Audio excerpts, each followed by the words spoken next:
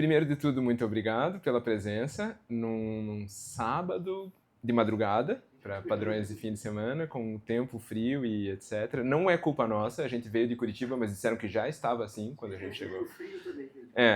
Já estava assim quando eu cheguei, a frase preferida do meu irmão. Ele é jornalista, coitado, então ele precisa dizer isso o tempo todo, né, sobre a realidade. Agradeço a acolhida da Liana, a acolhida de todo mundo, do Érico aqui na fundação. Minha segunda vez aqui, já estou me sentindo de casa. Longe disso, nunca vou me sentir de casa numa casa como essa. Mas, de qualquer maneira, já vou fingindo que sim. Muito feliz de estar aqui com a Sandra. Não tinham avisado pra gente que era para fazer relações amorosas em público. Tinham dito que era um evento acadêmico, sério, e a gente veio nessa expectativa. Então, a porta ali, se alguém estiver esperando outra coisa, ainda dá tempo. E queria deixar muito clara também a situação mencionada pela Liana. Nós dois produzimos, cada um por si, em cidades diferentes, em momentos diferentes, uma Beatriz há 28 anos. E quando a gente se conheceu, as nossas filhas eram bebezinhas. E eu estava realmente carregando fralda quando ela me encontrou no corredor pela primeira vez. E também deixar muito claro que a disciplina que eu ministro na Universidade Federal do Paraná, na graduação, a disciplina que, na verdade, é meio que o livro Latim em Pó, só eu ministro. Então os alunos fazem força para entrar porque eles não têm opção. Senão eles não se formam. Basicamente é essa a questão. E a periodização do currículo coloca essa disciplina bem no final do curso, que é para diminuir a evasão universitária. Quando eles chegam lá, eles já empenharam 4 anos, agora vamos fazer de uma vez. Então, deixar tudo muito claro. A Sandra é outra situação. Vai assinar, tá, gente? Esse é o desse ano. É o desse ano. Coleção 2025. E sim, se alguém... Coitada da Anícia que queria a foto, etc. Se alguém quiser, depois tem a assinatura. Na minha mão é mais barato e etc. Deixa eu ver, o que eu tenho que dizer. Primeiro, isso está anunciado como um evento sobre Dalton Trevisan e sobre Mallarmé. Na verdade, a gente queria deixar claro que é uma conversa conjunta. Isso aqui é mais ou menos a extensão do nosso café da manhã em casa, né? São as coisas sobre as quais a gente conversa em casa. E é uma conversa conjunta fundamentalmente sobre Dalton Trevisan. A Sandra vai fazer com vocês uma bela viagem por lugares desconhecidos, eu acredito, da quase totalidade de vocês aqui presentes, mas o ponto final, sem spoiler, vai ser anunciado desde o começo, o ponto final é de novo a obra do Trevisan e vocês vão chegar lá com uma compreensão muito maior do que é a técnica de elaboração literária dele, do que são os procedimentos e a relação dele com o cânone. A gente vai falar disso aqui também nessa primeira parte, mas a viagem de verdade vai acontecer através desse passeio pelo Mallarmé para voltar à obra do Dalton. Devo dizer algumas coisas, portanto, gerais sobre Dalton Trevisan. A primeira delas é o fato de que ele não é exatamente curitibano, né? Ele nasceu na periferia de Curitiba, como Joyce nasceu na periferia de Dublin. A gente esquece esse pequeno detalhe. Tudo bem, a gente tomou posse. Joyce é de Dublin e o Dalton é de Curitiba. E há muitas coisas muito singulares sobre ser curitibano. A gente vai falar muito delas ao longo da próxima hora. Uma delas é uma certa dificuldade com a informalidade. A Liana teve que sentir isso como choque térmico quando ela chegou do Rio de Janeiro lá em Curitiba, que me levou, por exemplo, durante décadas a ser um leitor contínuo de Dalton Trevisan e a sempre me referia a ele, como o Trevisan. O Trevisan fez isso, o Trevisan fez aquilo, e as pessoas às vezes falavam o Dalton, eu dizia, você nem conhece ele, vou chamar ele de Dalton. No entanto, com a morte dele foi um fato muito curioso e uma certa aproximação que a gente acabou tendo e por maneiras muito tortuosas, eu também vou falar disso, acho que a Sandra vai falar mais, eu acabei cedendo e hoje em dia eu vou me referir a ele como o Dalton. Eu acho que ele virou grife e esse momento a gente tem que celebrar, inclusive, desse jeito. Ele não é mais um membro da família Trevisan, ele é o Dalton. A gente não precisa de sobrenome para falar dele. Eu e a Sandra fazemos parte hoje do conselho da editora Todavia, que é responsável pela reedição da obra completa do Dalton hoje, e uma das decisões importantes tomadas nos últimos momentos, ali antes da publicação, foi a escolha de usar o nome Dalton como grande grife na capa. A gente não está marcando Dalton Trevisan o tempo todo, é a palavra Dalton que está sendo repetida, uma espécie de carimbo gráfico e de identificação de toda a coleção. Então, isso tudo para dizer, eu vou ficar falando o Dalton, e vocês vão saber que é esse cara de que eu estou falando. Quem aqui é leitor de Dalton Trevisan? Pode levantar uma mãozinha. Índice bom, índice bacana. Ouso dizer, infelizmente, olhando, estamos na população mais sênior, aqueles que são leitores de Dalton Trevisan. Uma coisa que nos motivou bastante na hora de pensar esse projeto para Todavia e de pensar a antologia que eu e o Felipe organizamos, que se chama Educação Sentimental do Vampiro, que é uma nova apresentação da obra do Dalton Trevisan, foi justamente essa percepção. O Felipe gosta de contar, e é uma história pontual e real, de ele estar conversando com a Juara, assistente de direção dele, co-diretora da maioria dos espetáculos recentes que ele tem feito, que é uma menina brilhante, uma menina carioca, diga-se de passagem, e jovem, e de perceber que ela é uma super leitora, ela conhece um monte de coisa, eles conseguiam conversar sobre todos os autores, e de repente ele mencionar Dalton Trevisan, ela dizer, não, esse eu nunca li. E ele pensa, pera, tem alguma coisa errada. E essa coisa errada não é com a força da obra, essa coisa errada não é com o impacto que essa obra podia ter hoje, não é nem de longe com a relevância que essa obra podia ter hoje. É um problema editorial. O fato de que os livros andavam esquecidos, descuidados, meio escanteados. A gente como cultura, tem uma tendência razoável de fazer isso, que é dar de barato certas coisas do nosso patrimônio e não prestar atenção naquelas coisas que a princípio são óbvias, estão bem estabelecidas, e a gente fica prestando muita atenção em coisas menores, convenhamos, e mais recentes ou mais de interesse mais tópico. E o mercado como tal funciona assim também. Ele vai esquecendo certos autores, vai deixando de lado. Periodicamente, autor é que nem planta, né? Você precisa ficar regandinho, você precisa lá dar uma podada de vez em quando, produzir uma antologia nova, gerar um factoide, né? Montar um espetáculo, fazer um evento em torno, chamar a atenção para que as pessoas lembrem que os livros estão ali, são lançados livros continuamente. A gente precisa relembrar as coisas para que elas continuem tendo o impacto que tem. O fato de que, no fim da vida, o Dalton se decidiu por esse movimento para Todavia, para nós foi muito feliz por causa disso.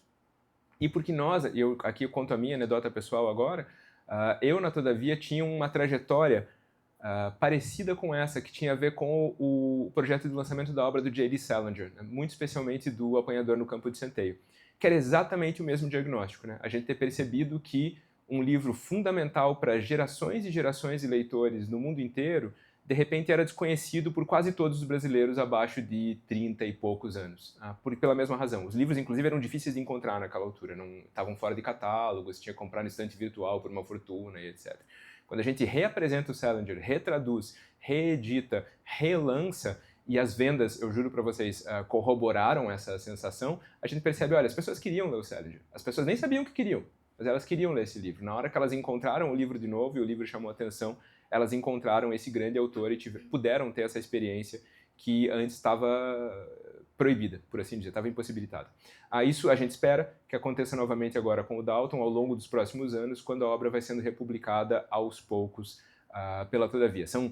A conta varia, mas são cerca de 36 livros que vão ser lançados. A Todavia é uma editora, hoje a gente sabe, né, uma grife mais do que estabelecida no mercado editorial. No entanto, é uma editora que faz questão de se manter menor do que, por exemplo, a Companhia das Letras, a Record, etc. Eles lançam 60 e tantos livros ao ano normalmente.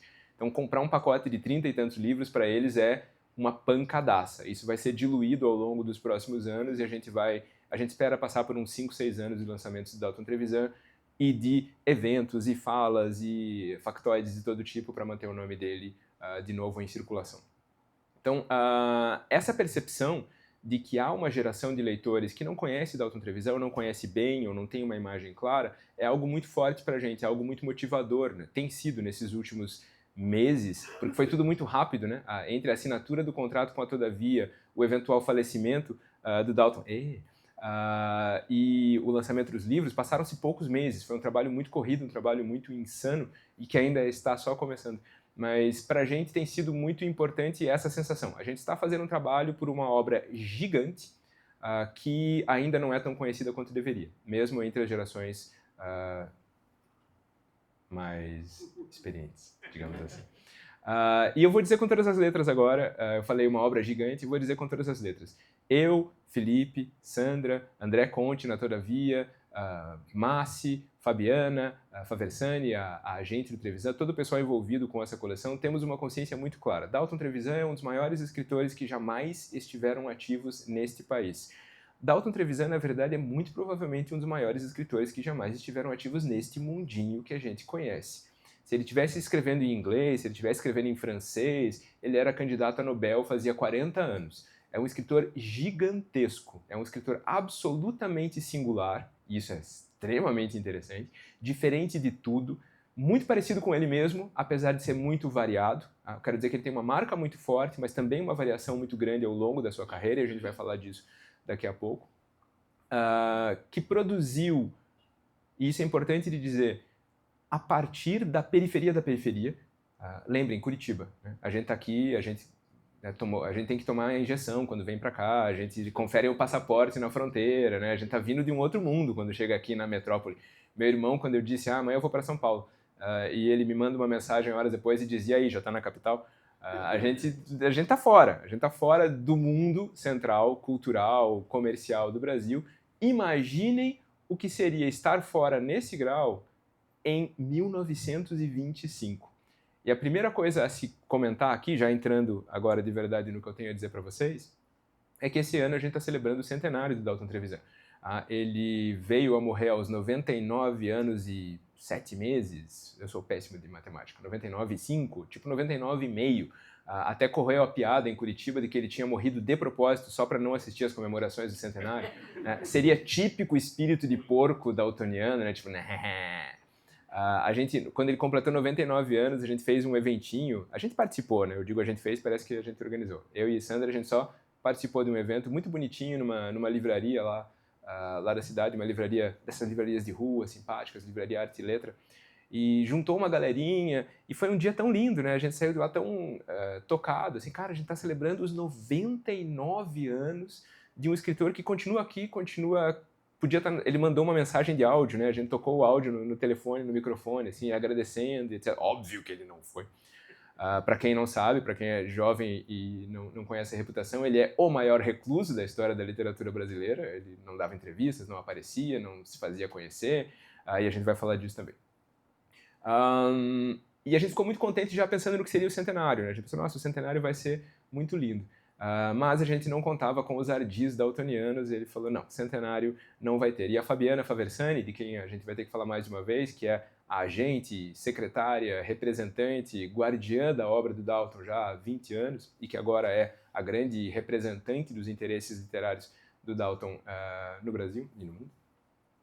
Depois de um tempo encontrou uma entrevista dele dos anos 70, em que ele dizia que pretendia morrer aos 99 anos e meio. Eu não duvido. O bicho era tão ruim que é bem possível que ele tenha decidido aos 60 e tantos, não, acho que 99,5 está de bom tamanho e cumpriu a risca. Uma coisa que vai aproximar, vai ser mencionada várias vezes, eu fico fazendo promessa, depois quero ver eu lembrar de cumprir todas essas promessas. Para alguém que não está nem com um papelzinho na mão, fica prometendo as coisas, depois dana-se tudo. Uma coisa que vai lembrar muito Joyce, e a gente vai falar muito dessa relação com Joyce, tá vendo? É a sensação absoluta de controle que você tem. Se você lê Joyce, você ter constantemente a sensação de que o homem era um control freak doente. Ele estava no controle de quase tudo, ele sabia tudo, ele pensou antes de você. Cada ideia boa de interpretação que você tem, 3 páginas depois ele te dá a confirmação de já sabia, você que acha que está encontrando uma coisa nova. Que bom, parabéns. Levou 100 e tantos anos, mas você chegou a perceber o que eu estava fazendo aqui. No caso do Dalton, isso é doentio numa outra escala, inclusive na relação com a vida. Então vamos a isso por partes. 1925, caso vocês não lembrem, era onde a gente estava.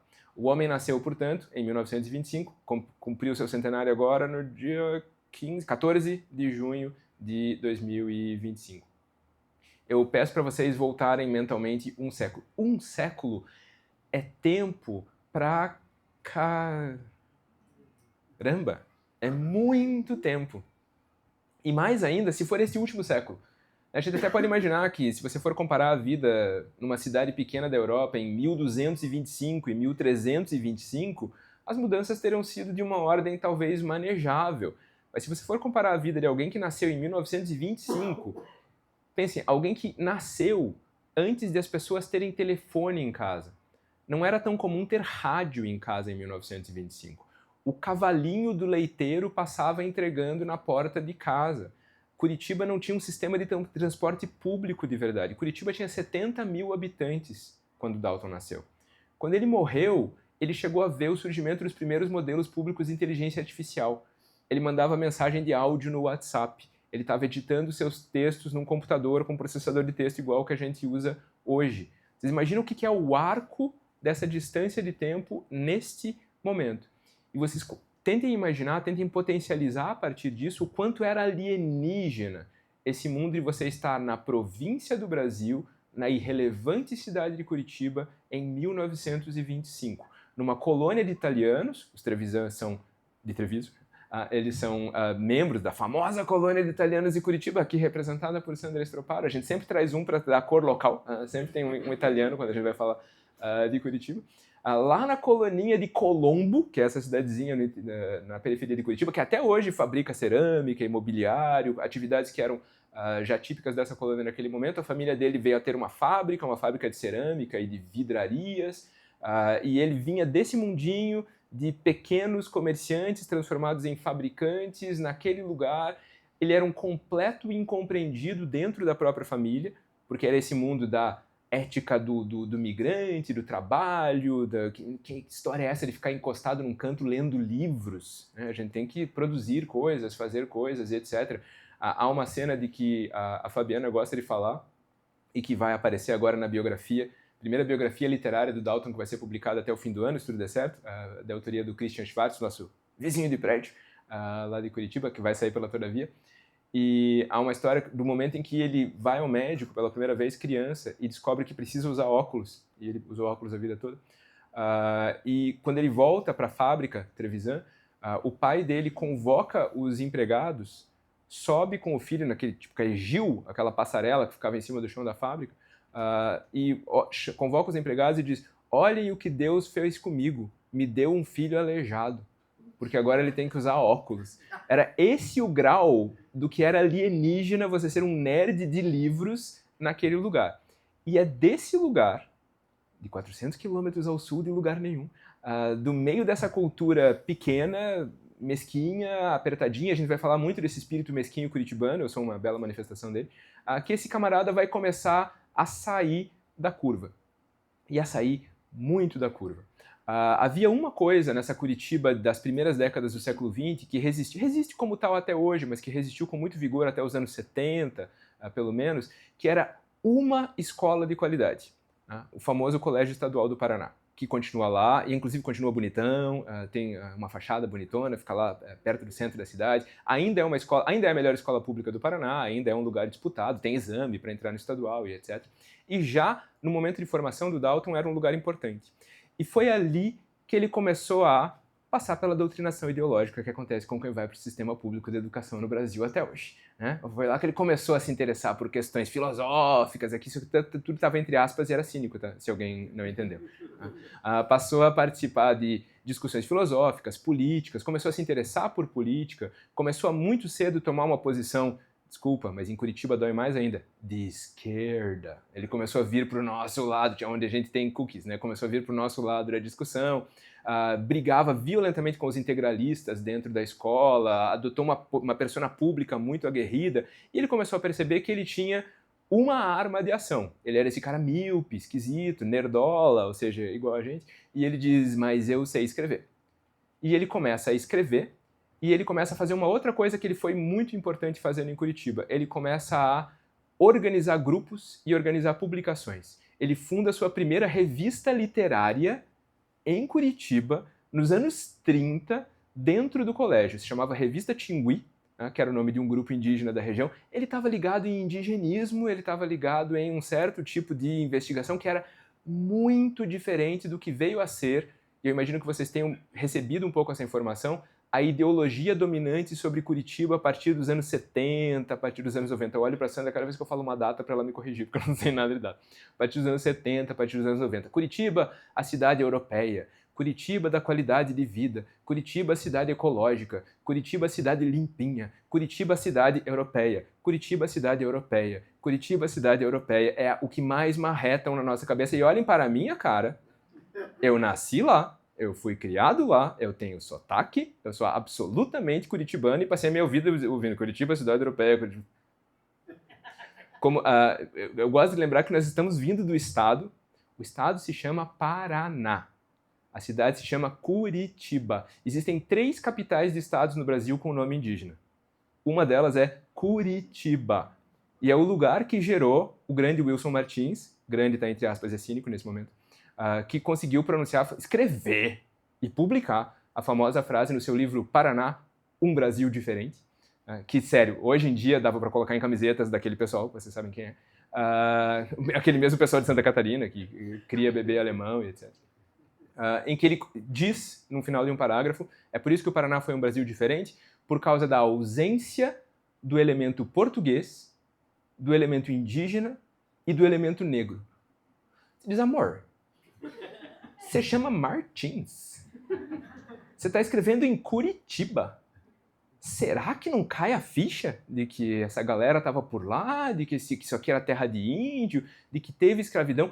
A primeira imagem, a primeira representação de Curitiba é uma gravura de Debré, ele passou por lá, coitado, não sei o que ele fez para alguém, uma representação de uma gravura de Debré do Largo da Ordem, ainda tem aquele lugar, dá pra gente reconhecer hoje, onde ele está, em Curitiba. E a única pessoa presente na imagem é um negro. Que, por tudo que os historiadores conseguem reconstituir hoje, provavelmente não era um escravizado, era um ex-escravo, em função de códigos, tipo de roupa, tipo de posição. Mas o primeiro curitibano da iconografia brasileira é um negro. Mas não tem negro, não tem índio, não tem português. Só tem alemão, ucraniano, polonês e italiano na cabeça dessas pessoas. Dalton, não. Ele funda sua primeira revistinha, dentro dos quadros que viria a ser conhecido, já era conhecido como movimento paranista naquele momento, muito interessado nessa herança indígena, e vai chamar sua revista de Tingui. Ainda na escola, ele começa a publicar os números dessa revista e começa a publicar pequenos livros, e a gente pode mexer nos deles. É de um grau de pretensão, de sem noção e de brilhantismo ao mesmo tempo. Ele fazia pequenos livrinhos de poesia e ele publicava os livrinhos. Ele tinha tipo 14, 17 anos e ele estava publicando pequenos livrinhos e ele escrevia as orelhas e na orelha ele lançava assim tipo, no prelo do autor virão ainda tais livros de poesia, tais livros de teatro. Ele tinha uma noção de obra, no sentido grande, diga-se de passagem. Vocês conhecem o verbo obrar? Algumas pessoas riram. Lá no sul, em Curitiba, tinha um sentido, e esse sentido aparece na obra do Trevisan. Então, cada vez que a gente fala obra, o sentido é defecar, basicamente. Fulano obrou, não obra faz 3 dias. E aparece isso na obra dele. Mas ele tinha uma noção de obra, que não era essa, mas ele gostava do duplo sentido, muito clara desde jovem. Não é, estou publicando... Todo mundo escreveu um sonetinho, um poeminha. Todo tipo de nerd literário fez isso na vida. Ele não fazia isso. Ele publicava um livrinho. E ele anunciava as próximas obras. E ele fazia um anúncio do seu livrinho na sua revista literária dentro do seu colégio.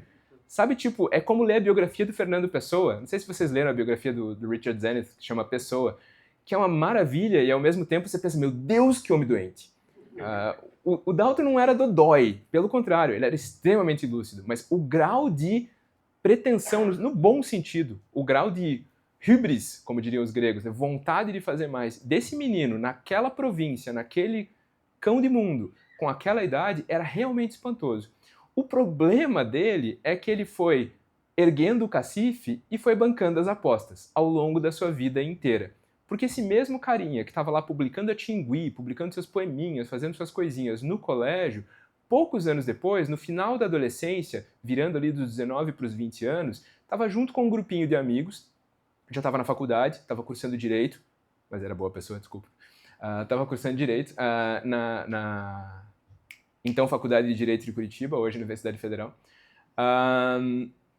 Não? Você fez um não, que é o quê? Não, diz aí, corrige. Tá. É porque é bom vir aqui que já vem com a nota de rodapé de correção, né? Normalmente isso acontece em reunião por Meet, assim, as pessoas não sabem, eu só ouço a informação do tipo, ponto correto. Alguns amigos intelectuais, alguns amigos escritores, alguns amigos artistas gráficos, 2 nomes muito importantes, Erasmo Piloto, que veio a ser professor da Universidade Federal, e Poti Lazarotto, o artista gráfico maravilhoso, gigantesco, com quem ele teve uma relação muito longa e muito produtiva. E eles decidiram, vamos abrir uma revista literária. De novo, pare para pensar, vamos abrir uma revista literária hoje em São Paulo, já não é uma coisa de quem queira, por exemplo, pagar os boletos, já não é uma coisa de quem tem os 2 pés no chão. É um projeto maluco de sonhadores, artistas, criadores. Em Curitiba, naquele momento, volta todos esses critérios lá bem mais para baixo e os malucos dizem, vamos fazer uma revista literária. Nossa revista literária não terá nenhum nome pretensioso, ela vai se chamar, em nome a todos os cidadãos comuns do Brasil, ela vai se chamar Joaquim. Nenhum Joaquim específico, qualquer Joaquim. Há suspeitas, né, de qual é o Joaquim que eles tinham em mente, mas tudo bem, vamos chamar a revista de Joaquim. Vamos publicar os textinhos dos nossos amigos. Você pensa, vou abrir uma revista literária, vou pedir para os meus brothers aqui, manda um poeminha, manda um texto. Eles dizem, não. Vamos começar a mandar umas cartas para uma galera boa, o termo técnico é foda, que está escrevendo pelo Brasil inteiro, uma galera tipo Drummond, Antônio Cândido, e vamos pedir um texto. E essa história do começo da Joaquim sempre me faz lembrar o começo do Cabaré Voltaire, por incrível que pareça. Décadas antes, 1917, em Zurique, os dadaístas resolvem montar um boteco, bar, teatro, sei lá o quê. E tem os diários do Hugo Ball, que era um do grupinho principal. E o diário, as entradas de diário do Hugo Ball são maravilhosas, porque ele diz assim, a gente precisava de uns quadros. Aí eu escrevi para uns pintores e eles disseram, tudo bem. Aí a gente precisava de alguém para fazer umas performances. Eu escrevi para uns colegas atores e eles disseram, tudo bem. Aí a gente precisava de uns escritores. Ele vai pedindo e as pessoas vão dando, porque às vezes a gente não pede. E aqueles malucos naquela cidade disseram, vamos escrever para Antônio Cândido, vamos escrever para Drummond, vamos escrever para Deus e Mundo, e as pessoas começaram a mandar textos. E em muito pouco tempo, a Joaquim era uma espécie de núcleo da inteligência literária brasileira lá naquele lugar. O Sul tá para onde, mano? O Sul tá para onde? Tava lá? Tava lá. Lá naquele lugar desconsiderado e descampado do Brasil. A Joaquim se transformou numa espécie de grande polo desse modernismo tardio, ou pós-pré-modernismo, sei lá que diabo, pós-modernismo não pode, que já tem outra grife. Transmodernismo. Sediado em Curitiba. E o Dalton, muito inteligentemente, começa a usar esses contatos que ele está fazendo com a Joaquim, através da Joaquim, para também se fazer conhecido. Ao contrário do que aconteceu com o Erasmo Piloto, que foi uma figura que acabou ficando restrita ali ao meio intelectual paranaense, ao contrário do que aconteceu com o Poti, que foi muito mais tarde se transformar por via de trabalho, como ilustrador, especialmente na José Olímpio, essa figura conhecida, o Dalton foi articuladamente procurando um lugar para ele no sistema literário, que é uma coisa que é muito pouco sabida, ou era muito pouco sabida mesmo em Curitiba, que começou a vir à tona quando ele começou a doar as cartas pessoais dele para o Instituto Moreira Salles. Hoje a coleção inteira da correspondência dele está no Moreira Salles. Agora, com a biografia do Christian, isso vai ficar muito mais claro, que foi o quanto ele teve essa presciência de montar uma rede de contatos. Eu não estou dizendo que isso tenha sido interesseiro e vil, não, ele foi encontrando os amigos, os iguais, as pessoas com quem ele podia falar. Ele foi fazendo a coisa muito difícil para nós até hoje, que é sair de Curitiba. Que é sair de Curitiba sem tirar os pezinhos de lá, mas olhar para longe, pensar Brasil, pensar fora, pensar no Rio de Janeiro, pensar em São Paulo, criar redes, falar com as pessoas, trocar correspondência. É nesse momento que ele cria relações que vão durar a vida toda dele ou a vida toda dos correspondentes dele, que em geral foi mais curta do que a dele, né? Porque ele viveu 99 anos e meio. Otto Lara Rezende, especialmente, vira uma espécie de irmão missivista dele, e eles trocam correspondência ao longo da vida toda, falam de todo tipo de coisa, se ajudam, resenham textos um do outro, com uma franqueza, às vezes, beirando o violento. Isso está muito ruim, isso está muito bom, que bom que você mandou aquilo, tal. Aquele tipo de interlocução que ainda hoje é extremamente preciosa e que para nós é muito mais fácil de encontrar. A gente tem eventos, a gente tem grupos, a gente consegue se localizar, a gente consegue entrar em contato. Naquele momento ele precisava primeiro descobrir que essas pessoas existiam, depois criar uma relação via carta, depois esperar a dinâmica das cartas. Mas ele faz isso e faz de uma maneira muito interessante. Para vocês terem uma ideia, vai terminar o parágrafo e termina com esse adjetivo super poderoso, interessante. Ele fez isso de uma forma muito legal, por assim dizer. Para vocês terem uma ideia, o último número da revista Joaquim, e quando ele foi publicado ninguém sabia que era o último, né? Isso acontece com as revistas literárias, era o número desta vez, terminava com uma tradução, que depois a gente descobriu, ninguém não estava assinada, ficou décadas sem que ninguém soubesse quem tinha feito a tradução, depois a gente descobriu, graças à mediação da Fabiana, eu e o Vitor Alevato, da Federal Fluminense, a gente teve que publicar um artigo para dizer isso para o mundo, que quem fez foi o Erasmo Piloto, não foi o Dalton, a partir do espanhol, de um romance publicado em Paris em 1922, chamado Ulisses.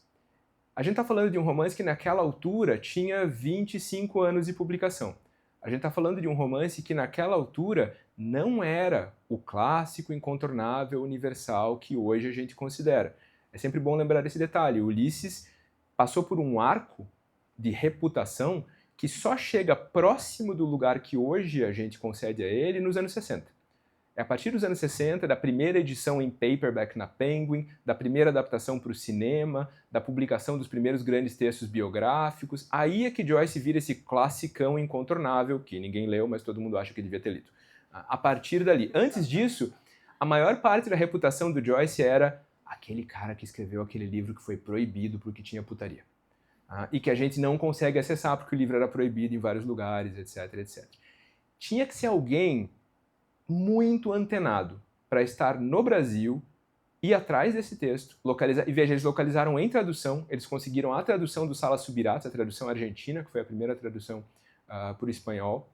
Se tinha que ser alguém como Sérgio Buarque de Holanda, Mário de Andrade, Gilberto Freire. São as pessoas que deram o grito sobre Ulisses nos anos 30 no Brasil, final dos anos 20, começo dos anos 30. Gilberto Freire publicou a primeira resenha do Ulisses no Brasil.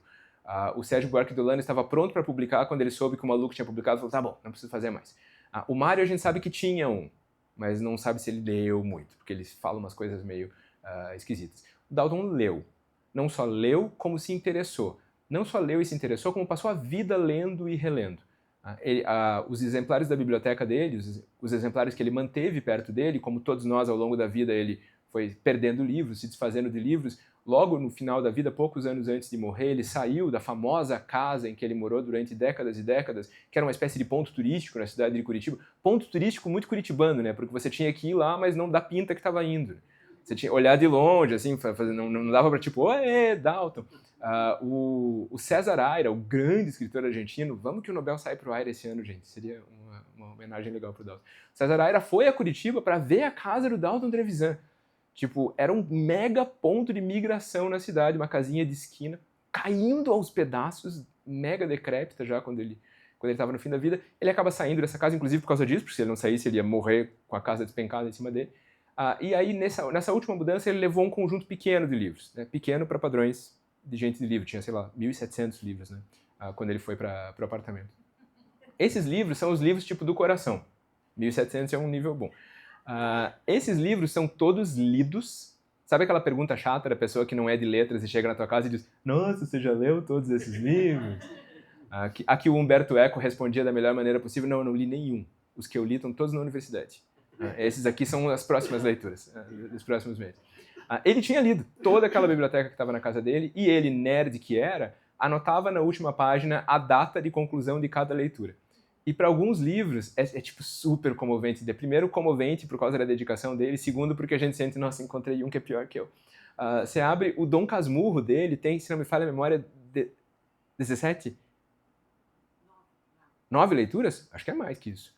Tem uma cacetada de leituras, tipo, entre os anos 30 e os anos 2010. Ele passou a vida relendo o livro periodicamente. E ele não só lia, mas ele copiava palavras legais, ele copiava expressões bacanas, montava uma listinha numa folha de papel, expressões de Machado de Assis, e ele reservava e depois ia usar. Vocês entendem que a gente está falando aqui não de alguém que achava que tinha algo a dizer, não de alguém que gostava de escrever, alguém que planejou ser escritor, alguém que localizou as influências, foi atrás dos escritores, fez fichamento, foi atrás de listas de palavras, criou relações, e a gente está nos anos 40, e a gente continua em Curitiba. Vale lembrar que quando eles publicam essa tradução do Ulisses lá na Joaquim, com o título, e esse título me intriga profundamente, e a gente não conseguiu responder isso até agora direito.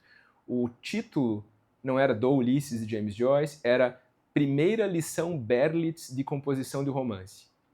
Berlitz era uma escola de idiomas, é uma escola de idiomas, uma escola muito conhecida já ao longo de todo o século XX, mas tem um dado curioso. O Joyce foi professor na Berlitz, na Itália. E a gente não sabe se eles sabiam, e 2, como que eles sabiam. A grande biografia do Joyce estava para ser publicada. Como é que esses caras... Eles estavam lendo diários e correspondências de outros escritores? Como é que eles chegaram naquele xodó de mundo a essa ideia de que Berlitz era uma piadinha legal para colocar junto com o texto do Joyce? Porque, já adianto aqui uma informação, outro dado das obsessões do Dalton, ele era louco por diários, ele era louco por biografias, ele era louco por vida privada. Isso vai ficar claro muito pra frente. Então, tipo, ele lia o escritor, sim, mas se ele pudesse, ele queria ler os diários do escritor. Se ele pudesse, ele queria ler as cartas do editor. Ele queria saber as intrigas. Ele era, acima de tudo, louco por fofoca. Fofoca era o grande mundo dele. Provavelmente eu vou cometer várias dessas pequenas indiscrições aqui, mas essa é divertida.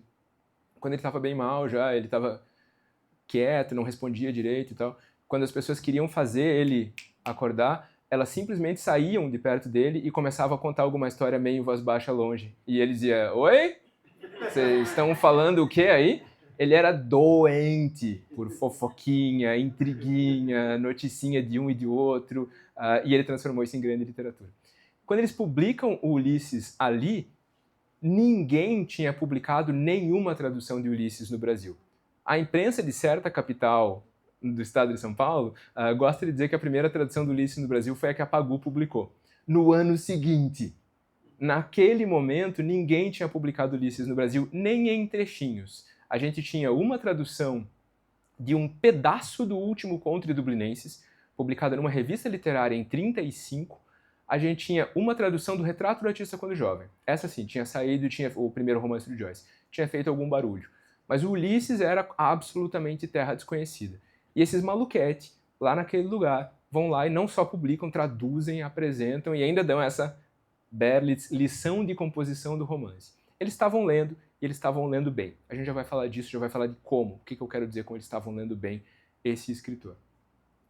Aí tem um dado curioso na história do Dalton, que é, em 1947, quando a Joaquim fecha, ele está com 25 anos de idade, ele passou pela Tingui, ele teve outra revista cujo nome agora não vou lembrar. Ele teve, acho que, 3 revistas literárias nesse período. Ele já criou uma rede de contatos, ele já era uma figura importante naquele pequeno cenário. Ele, em breve, já ia participar do primeiro congresso de escritores, que foi em que ano? 47 foi justamente aí? Mas aquele. Ele já estava se inscrevendo em eventos, indo para lugares e tal. Mas, se você for olhar, ele já tinha publicado livros. Ele tinha publicado 2 livros oficiais, além desses livrinhos pequenininhos de escola. Um chamado 7 Anos de Pastor e o outro chamado Sonata de Outono. Obrigado. O problema é essa coisa de... É a história da humanidade, né? Quando a mulher está presente, eu não faço nem força para tentar lembrar. Eu digo, amor, onde que fica a casa de fulano? Qual que é o nome qual que é esse poema? Qual que é essa citação? De onde vem essa história? Qual que é essa data? Ela sabe. Sonata de Outono. Sonata de Outono é um livrinho que é muito importante. Ele publica aos 19 anos de idade como um romance. É desse tamanho assim. Se você for ler o Sonata de Outono, e durante muito tempo não foi possível ler o Sonata de Outono, porque ele publicou, depois abjurou o livro, proibiu as pessoas de republicarem, reza a lenda, e não é nem lenda, a gente conhece casos, as pessoas, ele era recluso, etc, etc, você não podia chegar para ele na rua e conversar com ele. Essa foi uma das promessas que eu cumpri lá atrás, vou falar das esquisitices curitibanas. Como é que a pessoa é um recluso numa cidade de 2 milhões de habitantes, morando no centro da cidade, a 2 quadras do curso de letras? O curso de letras estava uma quadra do curso de letras. Todo mundo sabia quem era o Dalton. Todo mundo conhecia o Dalton. E, no entanto, ele continuava recluso. Parece a carta roubada do Poe, sabe? O melhor jeito de esconder uma coisa é deixar na parede. O melhor jeito de você ser recluso é ir para Curitiba. Porque você diz para as pessoas, eu não quero que me enchem o saco. As pessoas dizem, eu também não. Tudo bem. E você não via tietagem em cima do Dalton. A gente passou a vida tropeçando no Dalton, passando pelo Dalton, olhando o Dalton. Cada um de nós, da nossa geração, tem uma história pequenininha que foi, um dia eu abordei ele no mercado. A gente não resistiu, na sessão de bananas do Mercadorama, a gente foi lá e apertou a mão dele meio trêmulo e disse, muito obrigado por existir. E ele respondia, ele tratava as pessoas muito bem. Mas todo mundo mantinha um certo cuidado em torno dele. Eu achava muito bacana. Tipo, Thomas Pynchon é um recluso em Nova York. Mas ele tem altas e altas... Quer dizer, acham que ele está em Nova York, porque a mulher dele a gente sabe que está lá. O Dalton conseguiu fazer isso em Curitiba. A minha história preferida de todas, da reclusão do Dalton, eu tenho que lembrar para onde que eu tinha que voltar com essa história agora. Eu saí de algum lugar quando eu falei, ninguém aborda nada. Todo mundo... Oi? Tudo bem. Todo mundo concordou que todo mundo já esqueceu qual era o ponto de partida, né? É uma vantagem de você falar muito. Sonata de Outono. Me passa teu e-mail depois que vai ser importante isso. Obrigado. Era o Sonata de Outono, obrigadão. E agora eu não lembro onde que eu estava quando eu me perdi. Como? Ele é... Não, peraí. Mas... não, minha história preferida. Folha de São Paulo. Grande jornal. Grande órgão de imprensa do país. Um dos símbolos máximos da empáfia paulistana, né? Tipo, só o que a gente faz é importante. Chega num determinado momento, um maluco em Curitiba, um fotógrafo, diz: tenho aqui um pacote novo de fotos do Dalton. O que circulou durante décadas foram fotos do Dalton na rua. Alguém ficava fotografando de longe, tinha uma época que tinha até uma foto dele correndo atrás do fotógrafo, e alguém pegava uma foto meio dele distraído. Era sempre o velho de jaqueta, com bonezinho, porque frio, Curitiba, Dalton. O cara mandou: tem um pacote novo de fotos do Dalton. Quando o Dalton publicou na Folha, agora não vou lembrar as datas exatamente, começo já do século XXI, 2 textos inéditos que estão na nossa antologia, que se chamam Cantares de Sulamita, que são uma coisa absolutamente deliciosa, pervertida, única, demente, impossível de se descrever. São 2 contos. São 2 discursos dessa personagem, de nome bíblico, 2 discursos eróticos, pornográficos no limite, com um tipo de estilo literário que só ele teria a cara de pau de publicar. É aquele limite perfeito que ele desenvolveu ao longo da vida entre o brega e o refinado, a citação literária sofisticada e a pornografia mais baixa. Ninguém escreve aquelas frases. A gente acabou de passar por uma situação no lançamento da antologia no Rio, né? Em que o Guilherme Weber, o grande ator da televisão, mas de Curitiba originalmente, leu esses cantares com um sotaque curitibano velho. Foi uma das coisas mais bonitas que eu já vi de leitura literária. Tipo, era tão doente aquilo, tão lindo. A Folha publicou pela primeira vez, mérito para eles. Foram ilustrar foto do Dalton Trevisan andando na rua, e a foto dizia Dalton Trevisan em frente à livraria do Chaim, que é uma livraria escrotinha, por questões ideológicas, mas meio mítica em Curitiba. E a gente olhou em casa e falou: 2 coisas legais. Isso não é em frente à livraria do Chaim. 2, esse não é o Dalton. Era um velho genérico de boné. E o mais bacana é que a Folha publicou essa foto por 15 anos. Eles publicaram essa foto no obituário. Nessas alturas eu já tinha o contato do Walter Porto, por exemplo. Eu falei: Walter, tira essa foto, isso não é o Dalton. Eu estou dizendo para a editora atrás, editor, é um velho genérico. Aí eles tiraram uma foto qualquer. Eu acho a melhor manobra curitibana de anonimato. Qualquer velho curitibano de boné é Dalton Trevisan, desde que seja branquinho. Por que eu falo isso? As pessoas, ninguém abordava o Dalton, obrigado. Ninguém abordava o Dalton na rua para pedir um autógrafo. Tinha um procedimento. O procedimento era normalmente você deixar o livro com alguém que conhecesse o Dalton, ou deixar nessa livraria, que ele frequentava porque ele não tinha telefone e ele usava o fax da livraria. Ele foi avisado do Prêmio Camões por fax. E tiveram que esperar ele descer para... Ui, você ganhou o Prêmio Camões. Valeu.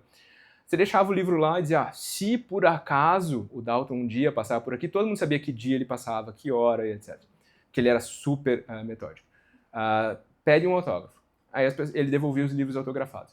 Ele adorava fazer o seguinte, ele era um grande reescritor, né? Os contos dele nunca foram republicados em uma antologia, em uma nova edição, sem alguma alteração. Ele sempre mexia. Foi uma das coisas que nos deixaram com mais arrepios quando a gente publicou agora a antologia e começa essa publicação da obra completa, que é o fato de que pela primeira vez na vida essas são as versões finais. Não vai mais haver alterações de Dalton Trevisan. E a gente estava muito acostumado com esse mundo em perpétua alteração e atualização. E ele gostava muito de fazer o seguinte: a Sandra ia lá, deixava o livro, deixava de ignorar, e dizia: pede um autógrafo do Dalton. Essa não é uma história real. Uma semana depois, ela passava lá e dizia: tá aqui o Dinurá autografado. Só que não era o exemplar que você tinha deixado.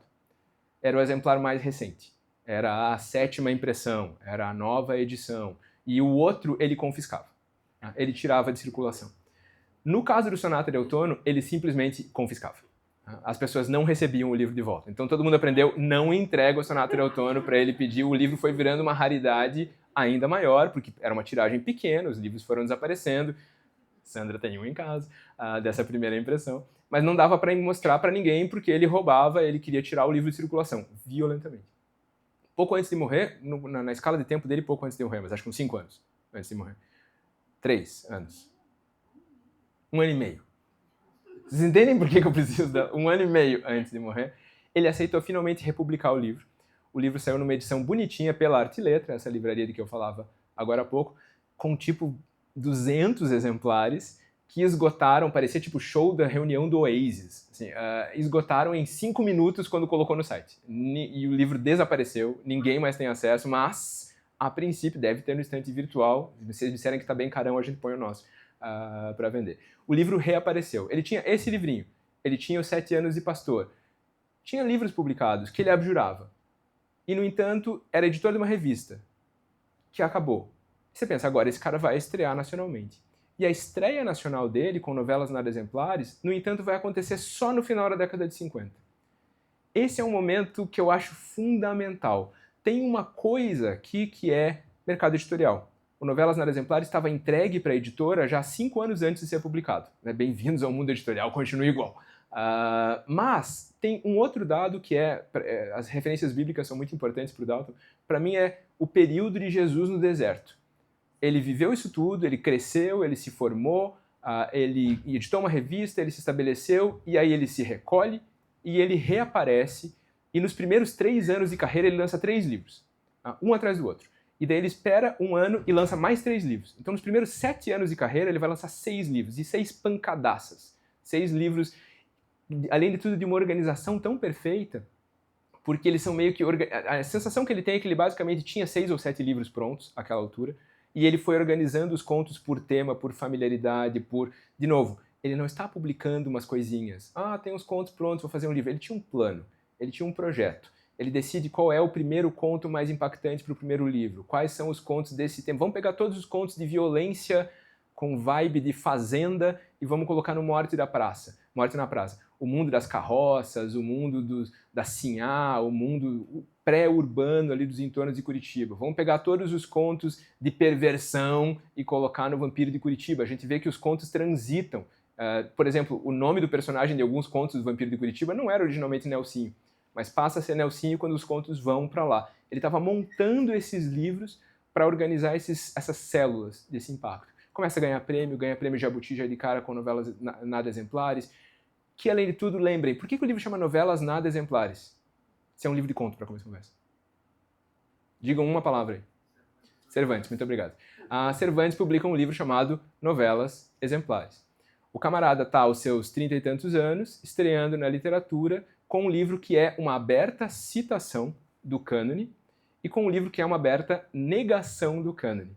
Então vocês vejam o grau da sofisticaçãozinha da manobra. Eu não só estou botando as minhas credenciais na mesa, dizendo, olha, isso aqui, eu estou me comparando com Cervantes.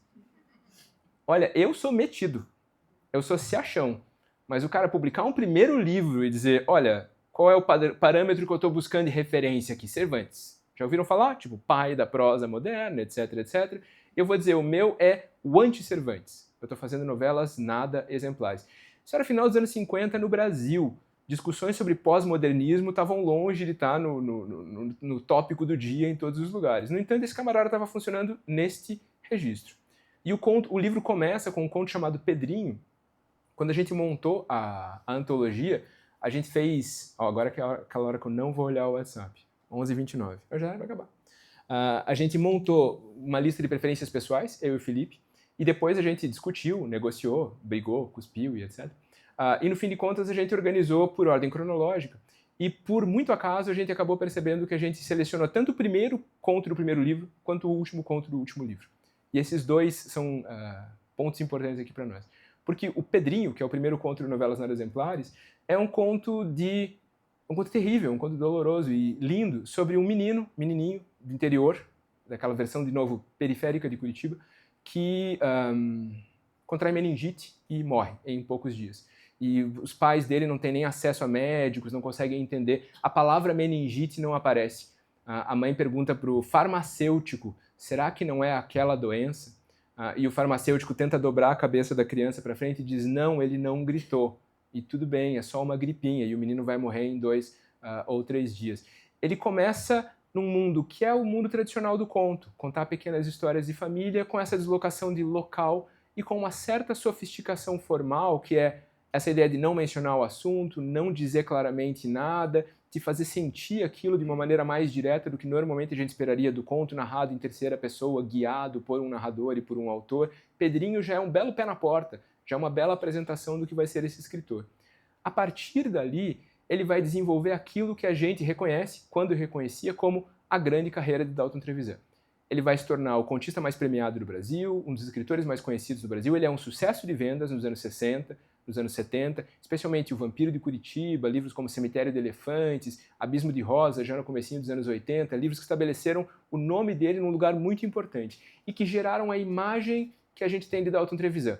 Essa coisa meio Nelson Rodrigues de Curitiba, perversão sexual, violência urbana, muita violência de gênero, muita abordagem crua de fatos de extrema violência, um conto famoso que a gente discutiu muito se incluir na antologia, um conto chamado Debaixo da Ponte Preta, que trata, vou descrever para vocês terem uma ideia, de um estupro coletivo de uma menor negra em Curitiba naquele momento. E a gente pensou, cara, isso é punk, é pesado. Ao mesmo tempo, como a gente dizia lá no lançamento, foi um conto que para mim mudou a minha perspectiva sobre o que é a vulnerabilidade feminina. É um conto que me fez, antes de ter uma filha, inclusive, que é uma coisa que explode isso para você, me fez completamente menos tosco enquanto homem cidadão deste mundo. A gente pensa, qual é o equilíbrio aqui? O que a literatura está fazendo? A literatura está fazendo a gente sentir coisas e entender coisas. Às vezes precisa doer, às vezes precisa ser duro, e às vezes precisa vir, inclusive, de um homem branco, um conto sobre um estupro de uma menina negra. O conto é dolorosíssimo, inclusive pela técnica utilizada, porque ele resolve fazer o conto como o relato de um escrivão entediado numa delegacia de polícia. Então a menina chegou e foi atacada por não sei quem, etc, etc. É uma violência absoluta. O Dalton da violência, o Dalton do sexo, o Dalton da perversão, o Dalton da tara, melhor dizendo, do que do sexo. Esse é o cara que vai se formatar ao longo dos anos 60, 70 e 80, especialmente nos anos 80, com uma série de contos sem narrador, que são basicamente só diálogos. Frequentemente só diálogos de duas pessoas, às vezes só uma das pessoas fala. A gente não ouve a outra, a gente vê a outra em reticências.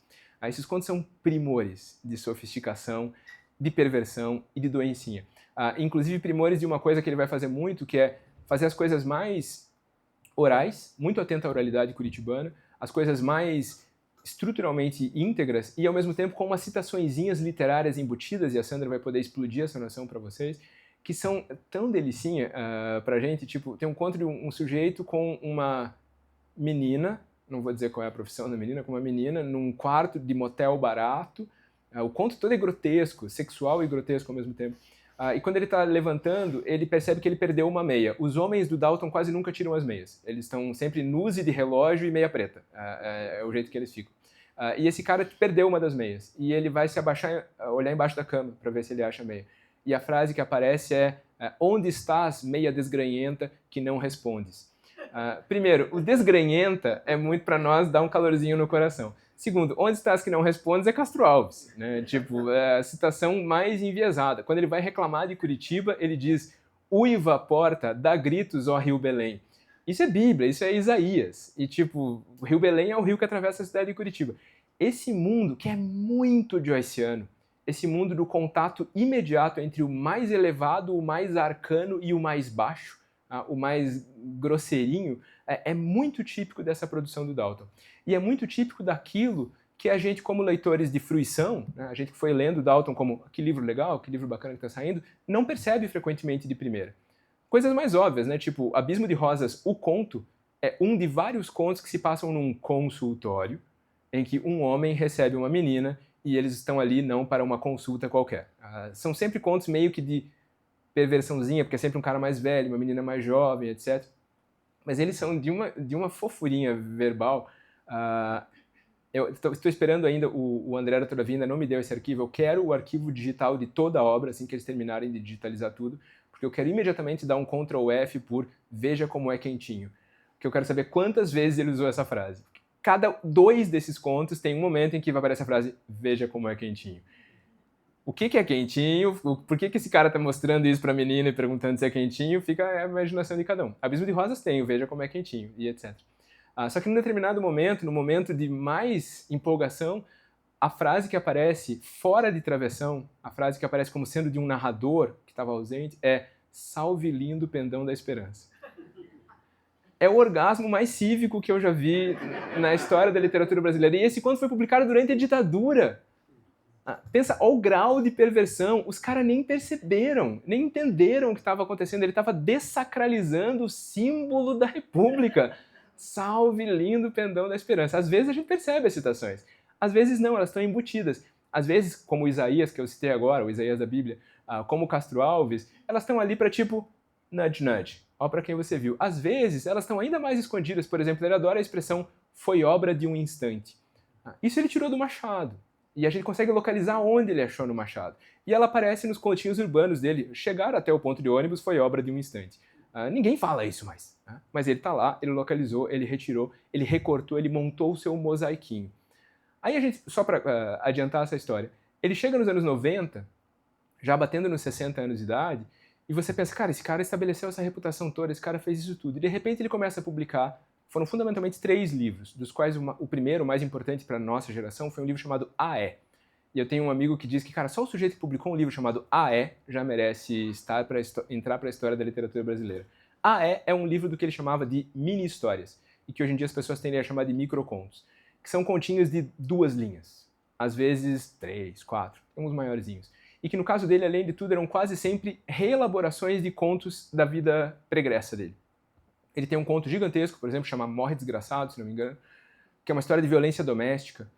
O pai bate nas filhas, bate na mulher, é uma violenciarada sem tamanho. No final, a mãe mata o pai com uma acha de lenha, mata ele na porrada. E ele tirou esse conto de uma notícia de jornal, que era uma outra coisa que ele fazia. Ele vai lá, pega a notícia de jornal, as frases, normalmente as frases mais inverossímeis, aquelas que a gente diz, nossa, ninguém ia falar isso, tá lá na reportagem, assim, fulano declarou isso, isso e aquilo. Ele recortava isso e esse caso foi exatamente esse. Ele recortou de uma notícia de jornal. E a frase que encerra o conto, ele tirou da notícia e foi a força de mãe que me valeu. Você pensa, meu, que frase resolveu tudo. E que o olho desse camarada, ele pensou aquilo e falou, vou escrever um conto inteiro para terminar com essa frase. Quando ele chega nos anos 90, o conto é apenas isso. Morre desgraçado, vírgula, foi a força de mãe que me valeu. Não é essa a formulação. Mas ele já está chegando neste lugar.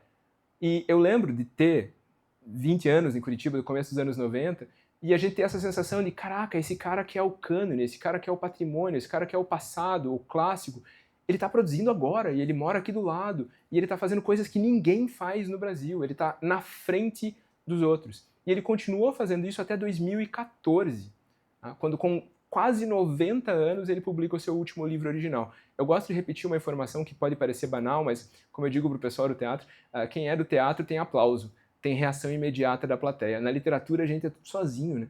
Então a gente dá muita importância para prêmio, a gente gosta de prêmio. E Dalton Trevisan foi o único autor brasileiro até hoje que ganhou 3 vezes o que hoje se chama Prêmio Oceanos, que era Portugal Telecom lá atrás. Com o detalhe de que o Prêmio Oceanos passou a existir quando ele já era figura marcada, velha e cansada. Ele, depois dos 70 anos, teve mais impacto em listas de prêmios do que muito escritor de 20, 30, escritora de 40 que está começando agora. Esse cara soube se reinventar, soube se manter ativo, soube aprender com os grandes, com o Joyce, por exemplo, não a ser Joyce, não a fazer pastiche de Joyce ou de Machado, mas a fazer ele mesmo, com mais liberdade, com mais impacto, com mais criatividade. Eu vou citar uma última história, que eu falei do Pedrinho, para falar do último conto do último livro dele, que se chama O Beijo na Nuca, que já é uma super perversão, porque primeiro, beijo na nuca, Dalton Trevisan, Tara, etc, etc. Mas é o fim de uma carreira, é um beijo na parte de trás da cabeça. E esse livro termina com um conto chamado Flausi Flausi, que é uma palavra mágica, depois vocês procuram para ver, e aqui eu devo essas informações à minha orientanda de pós-doutorado, Catherine Funke, essa sim, uma curitibana de verdade, ela é tão curitibana que ela é de Joinville, a versão mais intensa do curitibano. Catherine Funke, que descobriu esses dados e explicou esses dados todos para mim. Esse último conto do último livro de Dalton Trevisan é a história de uma menina tuberculosa, virgem, aparentemente, que está morrendo, e ela de fato morre no final do conto, a gente tem a última entrada do diário meio que em reticências, que é integralmente retirado das entradas de diário da Catherine Mansfield. Ele foi lá ler o diário da Catherine Mansfield, que morreu de tuberculose, adaptou para Curitiba e recolocou. É tipo plágio da biografia de uma escritora que ele lia desde os anos 40. E eu devo dizer, ninguém lia Catherine Mansfield no Brasil nos anos 40. Quando o Érico Veríssimo publica pela primeira vez uma tradução de Mansfield, já uma década depois do fato que eu vou citar, ele mutila Mansfield, tipo, ele tira contos, ele publica só os contos que mostram a mulherzinha que os escritores da época queriam imaginar. Os contos punks da Mansfield demoraram décadas para aparecer no Brasil. E esse maluco estava lendo. Como é que eu sei que ele estava lendo? Porque a Catherine me mostrou, e a minha orientanda chama Catherine. Catherine. A Catherine me mostrou é que a primeira versão de Flauzy Flauzy ele publicou aos 19 anos de idade. Ele não publicou, ele ganhou um concurso de contos aos 19 anos de idade com esse conto, que ele nunca publicou em livro. Ele republicou algumas vezes ao longo da vida no estado de São Paulo, numa outra revista literária, sempre diferente. E ele, na hora de publicar, vocês lembram que eu falei que o homem tinha controle, que o homem tinha uma noção de obra? Vocês pensem o que é alguém que passou 70 anos publicando e pensa, esse vai ser meu último livro. Ele vai chamar O Beijo na Nuca.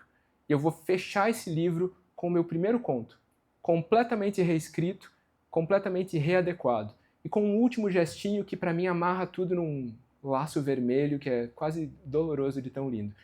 A última entrada do diário da personagem, que chama Aninha, que está morrendo, no Flauzy Flauzy, diz, por favor, com a rosa vermelha no cabelo. E isso, para quem leu Ulisses, é uma citaçãozinha bem direitinha da última página do monólogo da Molly Bloom, que ela está na dúvida se ela usa uma rosa branca ou uma rosa vermelha, porque ela não lembra o que está na canção. Ele terminou a sua carreira com total consciência e com total demonstração do que ele fez a vida inteira. Escrever, roubar, copiar, adaptar, montar uma literatura absolutamente singular, tremendamente preciosa, sem qualquer grau de comparação, a partir de uma inserção no cânone mundial e de uma intimidade com o cânone mundial que é raríssima da gente encontrar em qualquer outro escritor. Vocês vão ver isso muitíssimo bem na próxima parte dessa manhã com a professora Sandra Estroparo. Mas tem tempinho para alguma pergunta, acho, né? Então, eu quero saber o seguinte, porque eu morei em Curitiba, comecei a fazer faculdade lá em 70, 71. Né? Conheço um pouco da alma curitibana. E ele já tinha, você saiu de lá, inclusive. Ele já tinha essa fama de recluso desde então. Sim. Ele vivia do quê? Porque todo escritor tem que pagar conta, como todo músico, todo artista Sim. paga conta. Ele vivia do quê? Ele chegou a trabalhar como advogado, brevemente. Ele se formou em Direito, chegou a trabalhar brevemente como advogado. A família dele tinha dinheiro, na real. Especialmente quando ele já ficou adulto, a fábrica, a cerâmica Trevisan, como era conhecida, era grande na cidade. Ocupava um terreno gigante no centro da cidade. E mesmo depois de a fábrica fechada, e aqui eu estou especulando, eu não tenho acesso aos extratos bancários dele, mas mesmo depois de a fábrica fechada, o terreno foi vendido. Isso é uma coisa que aconteceu com muitas famílias, né? Gente que tinha terreno muito grande no que passou a ser o centro da cidade, e daí décadas depois aquele terreno valia uma imensidade. E eu imagino que ele tivesse alguma grana da família, ele ganhou muitos prêmios ao longo da vida, e ele publicou bastante. Agora há pouco a gente falava, né, sobre é possível viver de livro no Brasil. Já foi muito mais fácil, na geração do Érico Veríssimo, na geração do Jorge Amado, mas a chave para se viver de livros sempre foi e continua sendo, tenha muitos livros em circulação. Você ter um best-seller, tipo, se você for no Itamar, maravilha, você fez um só, não precisa fazer mais nada. Mas se você quiser garantir tenha muitos, faça 30 livros, faça 50 livros. E o Dalton tem um patrimônio muito grande em circulação. E ele era um homem de necessidades monásticas. Ele fez uma viagem internacional na vida, quando muito jovem. Depois ele passou a sua vida sentado na sua casa. Pra vocês terem uma ideia, ele foi casado, ele teve filhas, né? Tem netas.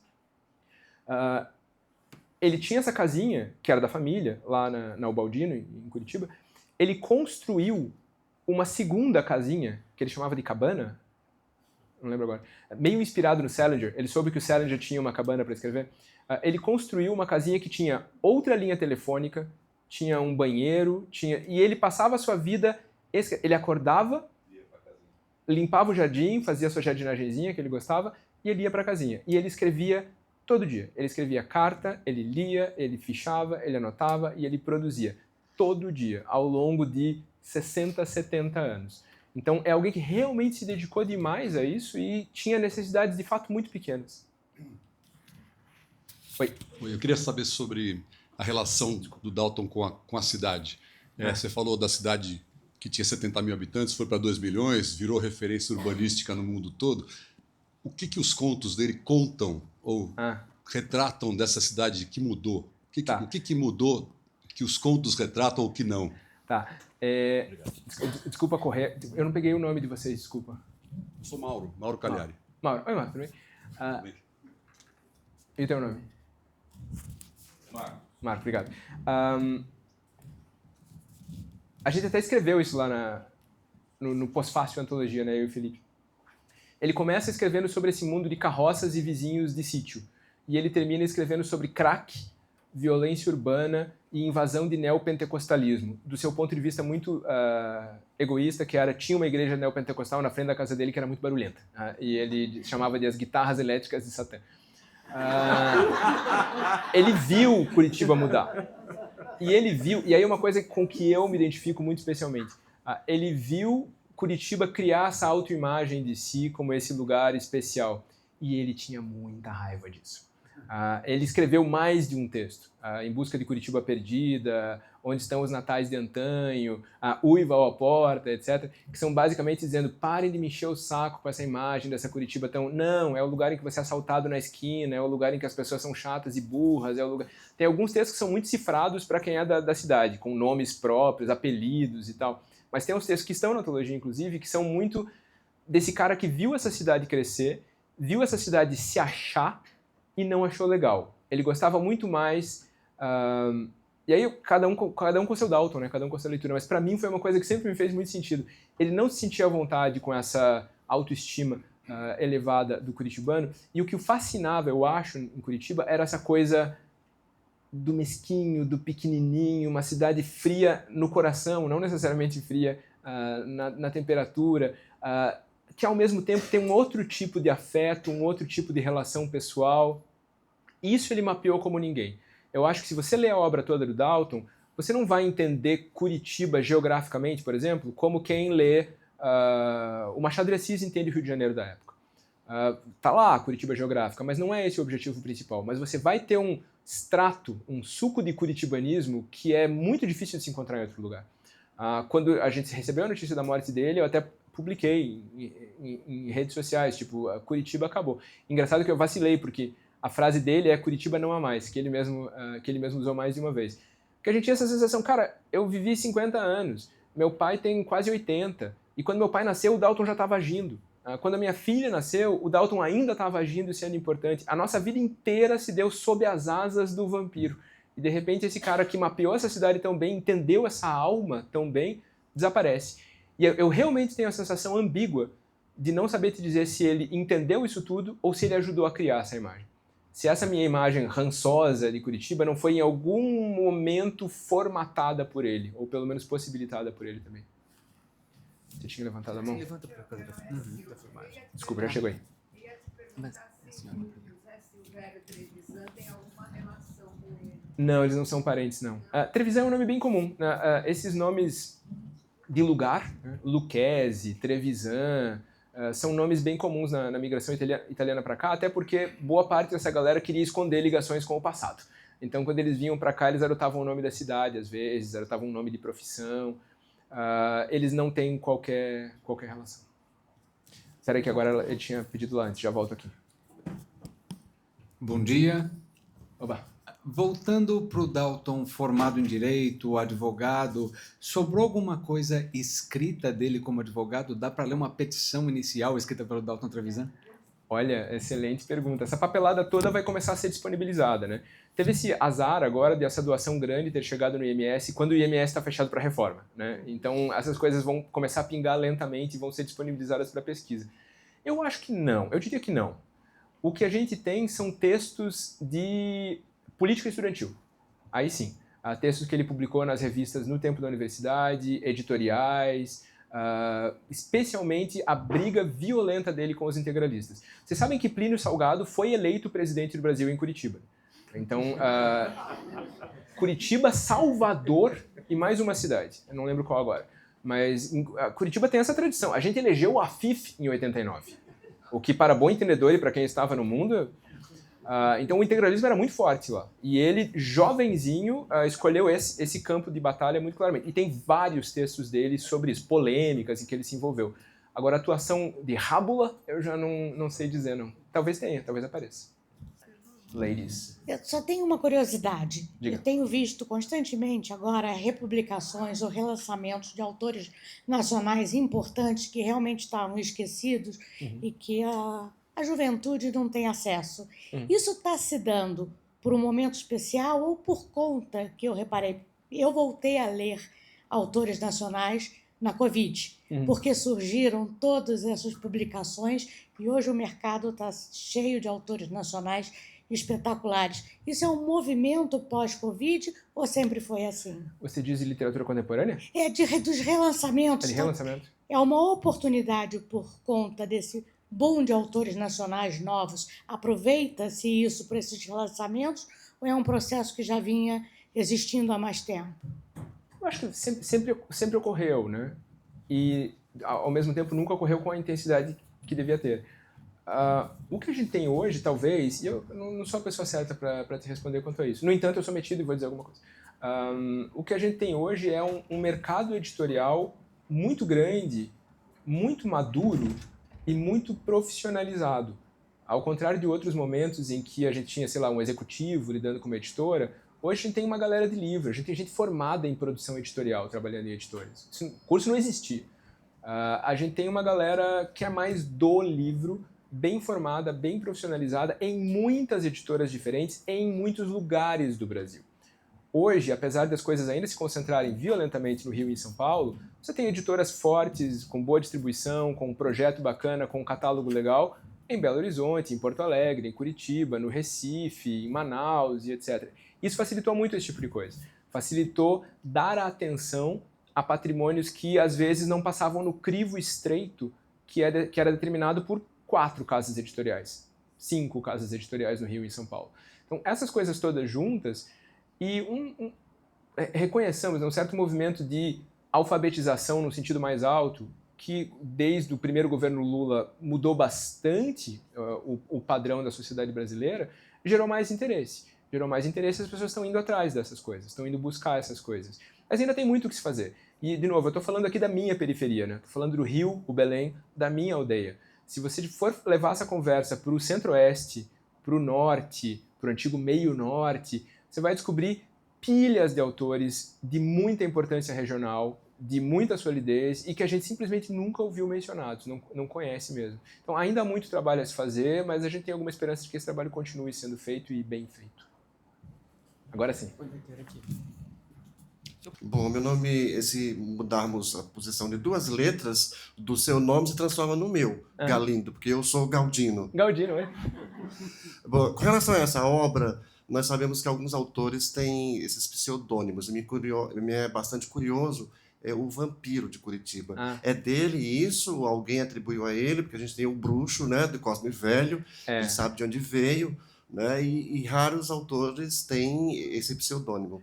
E uma outra coisa que eu queria comentar com vocês também aqui, talvez seja o fato de que muita gente, eu acho que aqui com raríssimas exceções, todos nós temos acima de 30 anos, né, com uma ou outra exceção aqui. E eu estive... Todos os olhos se voltaram. numa biblioteca do Sesc, buscando essas obras, e existiam várias obras lá na estante. Só que cada título que ela puxava da estante, ela dava uma risada para me entregar o livro, né? Cemitério de Elefantes, a Arara Bêbada, a Trombeta do Anjo Vingador. Então, ela não conseguia se controlar com isso. Então, deve ser muito bom isso aqui, né, para mim. Então, mas era isso, Galindo. Eu sou Galdino e queria saber de você sobre a origem desse termo vampiresco que traz a ele. As duas coisas. Primeiro, ele tinha uma total obsessão por Machado de Assis, como qualquer pessoa de bom senso no mundo. Eu vou fazer minha pequeno rant, minha pequena peroração. Eu fiquei muito puto com a recepção daquela gringa que leu Machado de Assis e disse que era o máximo. E as pessoas dizem, que legal, a gringa. Problema dela. Dava vontade de dizer, duh. O livro estava aí fazia 1,5 século e agora você descobriu e se achou útil. E nego saiu, que lindo, né? Machado de Assis é muito maior do que todos eles deviam saber disso. Fazem mais que obrigação de descobrir o Machado. A gente age como se fosse uma chancela, né? Uma gringa disse alguma coisa do Machado. Não, a chancela para gringa, que bom, é uma boa leitora. O Dalton tinha loucura pelo Machado. Loucura pelo Machado, pela vida do Machado, pela vida da Carolina, pela relação entre a biografia dos dois e o Dom Casmurro. Ele era louco pelo Dom Casmurro, ele era louco pela Capitu e ele era doente por achar imbecis as pessoas que dizem que a Capitu não traiu o Bentinho. Ele diz, está lá no diabo do livro. E ele tem contos sobre isso, ele tem metacontos sobre isso. Ele tem um conto sobre alguém que leu o conto dele sobre isso e reagiu. Ele passou a vida. Ele escreveu um livro chamado Capitu Sou Eu. Ele é completamente doido pelo Machado e por todas essas intrigas machadianas. Pela vida pregressa da Carolina em Portugal e etc. Ele queria saber de tudo. Então, o fato de a gente imediatamente emparelhar o Bruxo do Cosme Velho e o Vampiro de Curitiba certamente fazia bem para a alminha dele. De onde vem o Vampiro de Curitiba? Ele escreveu um livro chamado O Vampiro de Curitiba, que é um livro sobre esse Nelsinho, que eu mencionei agora há pouco, que no nosso imaginário, na nossa memória velha de leitor, é essa figura meio Nelson Rodriguiana, meio... Sabe o que ele é para mim? Vocês viram A Vida Invisível, o filme sobre o livro da Marta Batalha, A Vida Invisível de Eurídice Guzmão? Sabe o Gregório de Vivier naquele filme? Aquilo é o Nelsinho. Pequenininho, um portuguesinho com uma cara de bigodinho, etc, etc. No entanto, o Nelsinho é uma figura bem mais complicada que isso. Por exemplo, ele aos 13 anos de idade, no Debaixo da Ponte Preta, participa desse estupro coletivo em Curitiba. E eu gostaria de dizer a vocês que a Ponte Preta existe e está lá até hoje. E a gente é condenado a passar por baixo dela com frequência e dizer, foi aqui que aconteceu o conto do Dalton. Então, tipo, ele escreveu esse livro. Esse livro fez muito sucesso na época. Teve um impacto muito grande. E como tinha Curitiba no título e o vampiro, e ele tinha essa reputação de perigoso, pervertido e etc., começaram a aplicar a ele o epíteto.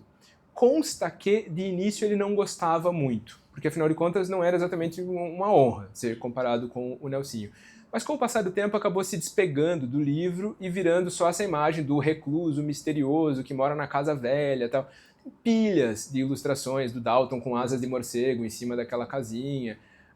Acabou virando uma alcunha meio desligada dessa história toda e até hoje a gente é capaz de usar. Falar o vampiro. O Plural, o jornal do meu irmão, lançou uma camiseta esses tempos com aquele símbolo do Batman e escrito Dalton dentro. A gente curte, a gente se diverte, virou essa gracinha. Sobre a tua bibliotecária, e eu tenho que terminar aqui, faltam 2 minutos. Sobre a tua bibliotecária, primeiro, eu espero que ela estivesse rindo de satisfação e da tua alegria prévia, se você vai ler esses negócios. Segundo, eu até não fiz isso, não dá tempo agora, mas depois vocês fazem por conta própria. Ninguém tem títulos como Dalton Trevisan. Os títulos de livros e os títulos de contos. Ele tem um conto chamado Ismênia, Moça Donzela. Nenhum escritor de bom senso escreve isso. Ele tem esse Abismo de Rosas. Abismo de Rosas, caso vocês que são jovens não lembrem, é uma valsinha instrumental famosa. Eu sei porque minha mãe, quando eu aprendi a tocar violão, falou, você vai tocar os Abismo de Rosas. Breguinha, velhinha, ele vai chamar um livro de Chorinho Brejeiro, ele vai chamar um livro de Lincha Tarado, ele vai chamar um livro de O Maníaco do Olho Verde, O Anão e a Ninfeta, Violetas e Pavões. Eu não falei muito disso, por única culpa minha, porque eu não me planejei direito, mas eu falei de passagem, né? Ele encontrou uma linguagem, um estilo que tem um encaixe muito preciso entre o brega, o cafona, o refinado, o estilizado, o literário. Ele e eu, infelizmente, são cada um com as suas obsessões repetidas, mas eu só consigo pensar no David Lynch quando eu falo disso. Não tem nada a ver, mas assim, é alguém que você vê 15 segundos e você diz, David Lynch. Isso devia ser horroroso, mas não é horroroso. É bom e, ao mesmo tempo, é péssimo, porque é super referência baixa. O Dalton conseguiu fazer isso como muito, muito pouca gente. E só ler os títulos já é esse exercício. Corre lá fora ou vai em casa, abre a antologia e leia os títulos em ordem. E você já vai... não dá para acreditar que alguém escreveu aqueles... Lembra um pouco de Cordel, exatamente. Ismênia, Moça Donzela, total o título de Cordel, é verdade. É verdade. E, de novo, o que tem o Cordel de autêntico ou diretamente ligado à alma curitibana? Nada. Mas está no balde. São coisas que você pode puxar. É cultura popular. É televisão, é cinema, é música. Todo tipo de coisa acabou entrando nessa grande mistureba daltônica, se vocês quiserem.